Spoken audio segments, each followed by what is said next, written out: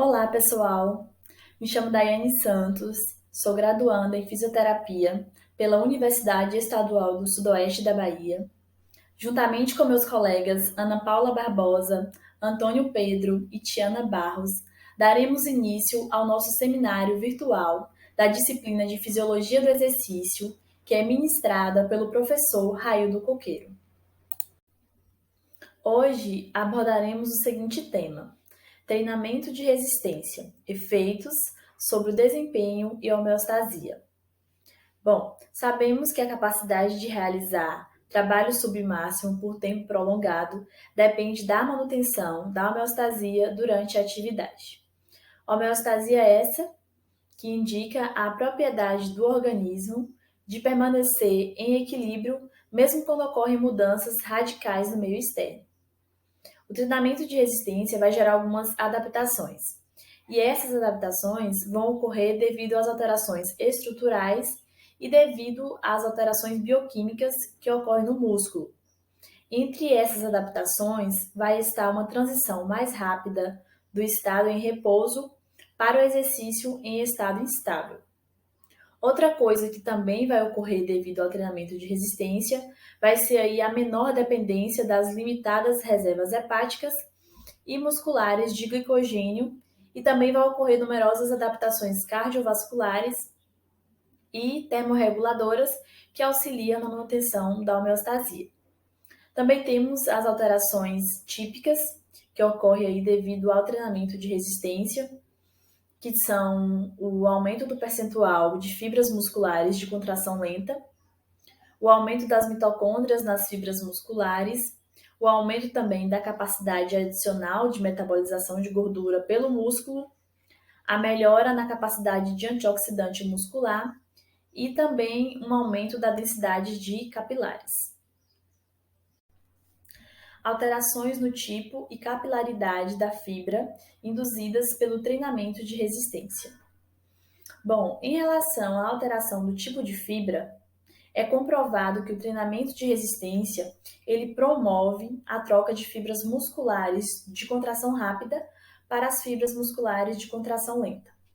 Essa troca é induzida pelo exercício do tipo de fibra muscular, e isso vai envolver uma diminuição da quantidade da miosina rápida na musculatura, no aumento da contração das isoformas da miosina lenta. Essa troca é muito importante, muito significativa, porque as isoformas de miosina lenta apresentam atividade de ATPase de miosina mais baixa. Isso significa que elas vão conseguir realizar mais trabalho utilizando menos ATP. Então, a miosina lenta ela vai ser mais eficiente. Outra coisa também em relação à troca das isoformas rápidas e lentas de miosina é que elas são muito importantes fisiologicamente, porque ela vai aí aumentar a eficiência mecânica e vai fazer com que tenha o potencial de melhora no desempenho em termos de resistência. Essas alterações dependem da intensidade e também depende da duração das sessões de treinamento. Aqui irei falar sobre as alterações da capilaridade que ocorrem nas fibras musculares, que é induzida pelo treinamento de resistência. Esse treinamento de resistência, ele vai estar aumentando o suprimento capilar nas fibras da musculatura esquelética do indivíduo que está ali sendo treinado. E também vai existir ali uma forte correlação entre o VO2 máximo do indivíduo treinado e o número de capilares que vão estar circulando nessa musculatura, que estão localizados nos membros que estão sendo treinados. Essa capilarização, ela é induzida pelo treinamento do músculo esquelético e ela vai contribuir e terá algumas vantagens. Vantagens essas como diminuir as distâncias de difusão do oxigênio, diminuir a distribuição de substrato às fibras musculares, a diminuição de difusão para a remoção dos resíduos metabólicos a partir aí das fibras. Dando continuidade, eu irei falar sobre o treinamento de resistência, que aumenta o conteúdo mitocondrial nas fibras de músculo esquelético. Então, é importante lembrar que existem duas subpopulações de mitocôndrias no músculo esquelético. uma que reside imediatamente abaixo do sarcolema, e como o próprio nome sugere, são as mitocôndrias subsarcolêmicas, e a outra população de mitocôndrias, que é também a mais ampla, que corresponde aí a um percentual de 80% do total de mitocôndrias, e está dispersa ao redor das proteínas contrácteis, que são as mitocôndrias intermiofibrilares. Então, o treinamento de resistência, ele é capaz de aumentar rapidamente a densidade de ambas as subpopulações mitocondriais nas fibras de músculo esqueléticos que estão em atividade. Então, essa densidade de mitocôndrias, elas podem aumentar nas fibras musculares após um programa de treinamento de 5 dias. Então, esse treinamento de resistência prolongado, ele pode aumentar de 50 a 100% a concentração de proteínas mitocondriais musculares logo nas primeiras semanas de treinamento. No entanto, esse aumento induzido pelo exercício no número de mitocôndrias no músculo está diretamente relacionado à dependência que elas têm com a intensidade e a duração do exercício. Então, o maior desempenho em termos de resistência em consequência da biogênese de mitocôndrias se devem justamente às alterações que vão ocorrer no metabolismo muscular durante o exercício. Então, a gente precisa observar que algumas alterações importantes ocorrem durante essa produção. Então, no começo do exercício, como pode ser observado aí na ilustração, o ATP ele é convertido em ADP fosfato nas fibras musculares para desenvolvimento da tensão. Esse aumento da concentração de ADP no citoplasma é o estímulo imediato para os sistemas produtores de ATP atenderem a essas demandas das pontes cruzadas, né, de ATP. Então, a fosfocreatina, ela responde imediatamente a essa necessidade de ATP e seguida da glicólise e, por fim, a fosforilação oxidativa mitocondrial. É importante destacar que esse último processo, ele é a fonte primária de produção de ATP durante a fase de estado estável do exercício. A pergunta que fica é a seguinte: então, como esse treinamento de resistência ele irá afetar as respostas de consumo de oxigênio no começo do trabalho máximo em estado estável? É preciso lembrar que o volume máximo de oxigênio em estado estável é medido durante um teste de trabalho de submáximo. É observado que ele não é afetado pelo treinamento de resistência. No entanto, essas mitocôndrias, elas continuam consumindo o mesmo número de moléculas por minuto, e a única diferença que é possível observar é que essa diferença ela se deve ao aumento significativo das mitocôndrias. Então, o modo como a tarefa de produzir ATP passa a ser compartilhado pelas mitocôndrias. Isso pode ser observado na imagem, uma vez que, se pensar que uma célula do músculo ele não treinado possua 1 milhão de mitocôndrias e seja necessária uma quebra de 100 unidades de ATP por minuto para que esse músculo ele consuma 2 litros de oxigênio por minuto e sustente um nível de exercício constante, essa quebra dessas mesmas 100 unidades de ATP por minuto vai resultar na formação de 100 unidades de ATP nessa fibra do citosol.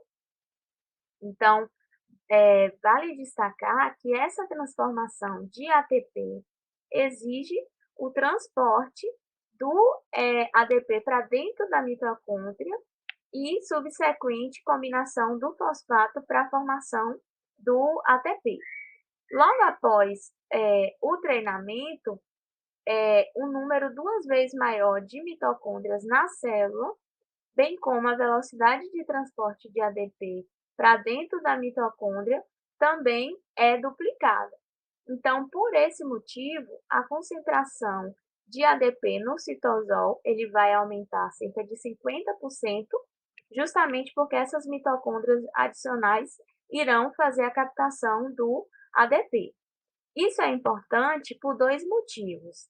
Primeiro, porque há uma menor concentração de ADP, ela vai resultar na depressão de fosfocreatina, e para essa reação, e em segundo lugar, essa menor concentração de ADP na célula também vai resultar em uma menor estimulação de glicose e, portanto, na produção diminuída de lactato.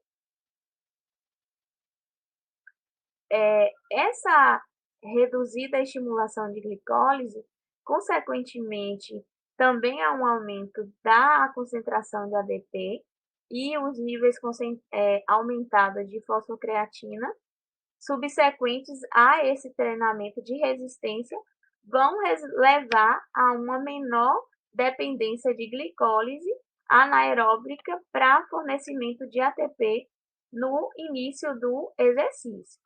Então, o resultado vai ser um déficit de oxigênio, uma menor depressão de fosfato creatina e uma diminuição da formação do lactato e de hidrogênio.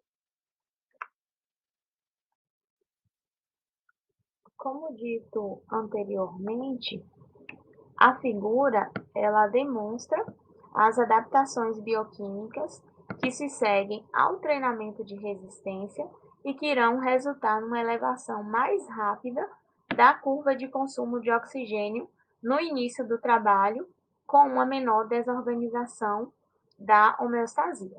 Então, é possível observar que no início do trabalho, uma subida mais rápida e, consequentemente, a ausência de alteração no estado estável, fazendo aí uma comparação do antes do treinamento e o depois. É possível observar uma elevação mais rápida na absorção de oxigênio e, consequentemente, uma menor formação de lactato e uma menor depressão de fosfato creatina. Então, o treinamento de resistência, ele diminui o déficit de oxigênio no início do trabalho. Olá, me chamo Antônio e agora nós vamos falar sobre as adaptações bioquímicas e concentração plasmática de glicose. Bom, para começar, nós devemos saber que a concentração de glicose no plasma ela é o combustível primário do sistema nervoso. Bom, e para isso, darmos continuidade, uma pergunta introduziria o embasamento geral, que é o seguinte: de que modo as alterações bioquímicas que ocorrem no músculo como resultado do treinamento de resistência ajudam a manter a concentração plasmática de glicose? Bom, e a resposta está no o número aumentado de mitocôndrias, ela melhora a capacidade da fibra muscular de oxidar tanto os carboidratos como as gorduras, né? E a maioria dessas alterações hormonais que são associadas ao jejum ou ao exercício é destinada, né, à manutenção dos níveis plasmáticos de glicose. No entanto, a alteração mais drástica envolvendo o metabolismo muscular após o treinamento consiste na diminuição do metabolismo de carboidratos e o aumento da utilização de gorduras. Isso se deve à capacidade melhorada de absorção da glicose de ácidos graxos livres, que é o AGL, a partir da circulação, da capacidade aumentada de transporte de AGL, do citoplasma até a mitocôndria do músculo, e o aumento da concentração de enzimas dos ciclos de ácido gráficos, que é a beta-oxidação, necessárias à degradação dos AGL em unidades de acetil-CoA para o ciclo de Krebs. Bom, dando continuidade ao tópico de adaptações bioquímicas e concentração plasmática de glicose, agora vou mostrar detalhes de como o treinamento aumenta o metabolismo da gordura. No primeiro ponto, nós temos transporte de AGL para dentro do músculo. Nós temos que saber que a gordura intramuscular ela fornece cerca de 50% dos lipídios oxidados durante o exercício, e o restante é fornecido pelos AGLs plasmáticos.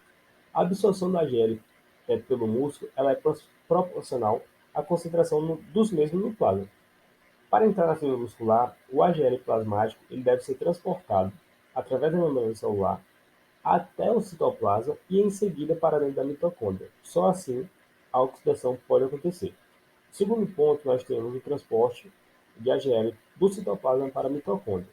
E nisso, a gente deve analisar aqui uma etapa decisiva no transporte de AGL para dentro da mitocôndria envolve as enzimas, a primeira que é carnitina palmito e o transferase 1, que é CPT1, e ácido gráfico translocase, que é a FAT, né? A CPT1 e o FAT, eles atuam juntos, intensificando a entrada de AGL na mitocôndria, né? Uma parte significativa do aumento da oxidação de gorduras induzido pelo treinamento está associada às alterações envolvendo o FAT mitocondrial. E o aumento do número de mitocôndrias com o treinamento de resistência amplia a área de superfície de membranas mitocondriais, né? E aumenta a quantidade de CPT1 e de FAG, possibilitando o transporte mais rápido de AGL do citoplasma para a mitocôndria. No terceiro ponto, nós temos a oxidação mitocondrial de AGL. O treinamento de resistência ele causa o aumento de ambos tipos de mitocôndria, tanto a subsarcolêmica e a intermiofibrilar, né? O aumento do número de mitocôndrias vão gerar o crescimento da concentração de enzimas envolvidas na beta-oxidação dos ácidos graxos. O resultado é uma velocidade mais rápida de formação das moléculas de acetil-CoA a partir do AGL para a entrada do ciclo de Krebs, onde o citrato, né, é formado. Os altos níveis de citrato eles inibem a atividade da PFK no citoplasma e, desse modo, diminuem o metabolismo de carboidratos. O resultado de todas essas adaptações é um aumento da oxidação lipídica e uma menor dependência do metabolismo de carboidratos durante o exercício, preservando, assim, as reservas hepáticas, né, de glicogênio. Bom, e continuando, para darmos entrada nesse tópico, eu vou explicar para vocês o que são radicais livres. Os radicais livres, eles são moléculas ou espécies químicas que contêm um elétron não pareado em sua órbita mais externa, né? Por causa desse elétron não pareado, os radicais tornam-se altamente reativos e podem interagir com componentes celulares para causar danos em proteínas, membranas e no DNA.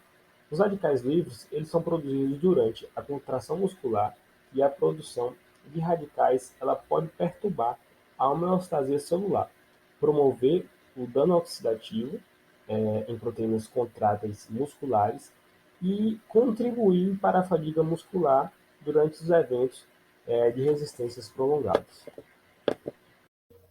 Olá, dando continuidade ao nosso trabalho, eu vou falar sobre o treinamento de resistência que melhora a capacidade antioxidante da musculatura. Primeiro, precisamos saber o que são os antioxidantes. Eles são substâncias que têm a capacidade de proteger as células contra os efeitos dos radicais livres que são produzidos pelo organismo. E nisso existem dois tipos de antioxidantes celulares, que são os antioxidantes endógenos e os exógenos.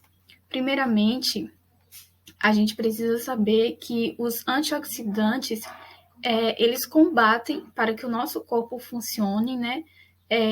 Esses radicais livres, porque nós vamos necessitar da energia obtida através dos alimentos. E quando não há uma quantidade suficiente desses antioxidantes, o nosso corpo ele vai sofrer com o chamado estresse oxidativo. E a partir disso, começam os resultados desse processo, que são o envelhecimento e a doença. Então, os resultados dessa oxidação, eles vão aparecer também de diversas outras formas, né? As manchas marrons, no dorso da mão, que são gordura oxidada sobre a pele, e esses radicais livres também atacam os neurônios, né? Que pode causar perda do poder intelectual, né, da inteligência, então você acaba prejudicando sua cognição e pode causar diversas doenças, como o Alzheimer. Então, como eu já tinha dito, vai ter 2 tipos deles que o nosso corpo vai utilizar para poder combater os radicais livres. E o primeiro, que é o endógeno, que é uma substância produzida pelo próprio organismo, como sistema de proteção contra esses radicais livres, como eu já tinha dito. Então, os próprios neurônios, eles vão liberar substâncias, como a glutationa. E já esses antioxidantes exógenos, eles são obtidos por meio de uma alimentação que seja saudável, que seja rica em frutas, verduras, e os principais antioxidantes desse tipo que a gente pode encontrar são a vitamina C e a vitamina E. Então, esse treinamento de resistência, ele vai conferir a proteção às fibras musculares contra esses danos dos radicais livres, porque eles vão aumentar os níveis desses antioxidantes endógenos nos músculos crinados, porque, como eu disse, esses endógenos, eles são responsáveis por essa proteção contra esses radicais livres. Eles vão proteger o nosso organismo. Além disso, a gente vai ter também um aumento da capacidade antioxidante muscular em neutralizar esses radicais livres que são produzidos durante o exercício. E, ao mesmo tempo, ele vai proteger a fibra contra os danos que são mediados por essas moléculas. Então, resumidamente, esses antioxidantes celulares, eles vão ser de suma importância para proteger nosso organismo e eles são divididos em 2 grupos. Dando continuidade ao trabalho, eu vou falar sobre o treinamento físico que melhora o equilíbrio ácido-básico durante o exercício. Para começar, eu vou definir o que é um ácido, que é uma molécula que pode liberar íons de hidrogênio em um meio aquoso. O ácido lático, ele é produzido durante o exercício intenso, como resultado da glicólise. Então, no pH corporal, ele vai liberar praticamente quase todos os íons de hidrogênio e, assim, eleva a concentração desse íon no corpo, deixando mais ácido. Já a base, elas são moléculas que, em um meio aquoso, são capazes de receber concentrações de íons de hidrogênio de uma solução. Então, o bicarbonato, eles são encontrados em grandes concentrações no sangue e eles vão ser capazes de se combinar com os íons de hidrogênio justamente para poder formar o chamado ácido carbônico. Então, a importância da regulação ácido-básico para a realização do exercício se dá porque a atividade física intensa, ela vai proporcionar o aumento da concentração de íon de hidrogênio pelo aumento da produção de ácido lático. E isso vai prejudicar o desempenho durante o exercício, porque o aumento do íon de hidrogênio, ele vai comprometer o exercício de 2 formas. A primeira é porque a redução da capacidade da célula muscular de produzir o ATP, a energia, ela vai se dar por conta da alta concentração de hidrogênio que vai inibir certas enzimas. E a segunda maneira é que, quando os íons de hidrogênio eles competem com os de cálcio, eles vão impedir a contração muscular. Então, a gente vai poder mostrar a importância dos tampões intracelulares e extracelulares, porque a regulação da concentração de íon de hidrogênio nos líquidos corporais é com auxílio desses tampões, que são resistentes às alterações do pH. Para começar, os chamados tampões intracelulares, eles são bastante comuns, que são as proteínas e os fosfatos. Essas proteínas chamadas intracelulares, eles vão conter grupos ionizantes e que são ácidos fracos que vão ser capazes de aceitar esses íons de hidrogênio. A exemplo da fosfocreatina, que é um tampão útil no início da atividade física, do exercício. Já os tampões extracelulares, eles são comuns na hemoglobina, nas proteínas e também no bicarbonato. Essas proteínas do sangue, elas vão ter a mesma função das proteínas intracelulares, como eu já tinha dito, mas elas vão ser encontradas em pequena quantidade e a sua utilização durante o exercício, ela vai ser, de forma contrária, né, ela vai ser limitada. Já a hemoglobina, ela vai evitar que a concentração de hidrogênio varie bruscamente, né, de forma brusca, porque com isso vai provocar variações de acidez. Então, é fundamental durante essa hemoglobina, essa função, ela é fundamental durante as condições de repouso. Já o bicarbonato, quando concentrado em alta quantidade no sangue, ele vai acarretar numa melhora no desempenho de alguns tipos de exercício. Então, a gente pode ver no slide que os desafios agudos e ao longo prazo ao pH são enfrentados pelos tampões intracelulares e as respostas do sistema pulmonar e renal, como eu já tinha dito, né, sobre os tampões intracelulares. A gente vai ter também a menor produção de lactato pelos músculos submetidos ao treinamento de resistência. O número aumentado de mitocôndrias pode exercer um efeito drástico sobre o purivato. E, para terminar, no músculo ocorrem duas alterações bioquímicas que são decorrentes do treinamento de resistências, que diminuem os níveis de lactato e a formação do H+. Como eu já tinha dito no slide anterior, essas alterações bioquímicas sobre a formação de lactato e da produção de H+, durante o exercício, né? Porque quando o número elevado de mitocôndrias diminui a formação do lactato e desse H+, para poder manter o pH sanguíneo em equilíbrio, né? Então, a gente pode ver esse esquema aqui no slide, que é basicamente falando isso, né? Como se dá essa diminuição nessa formação do lactato e de hidrogênio para poder manter esse pH sanguíneo em equilíbrio. Resumidamente, explicando o que eu já tinha dito na apresentação anterior. Aqui se encontra a nossa referência e obrigada pela sua atenção. Até a próxima!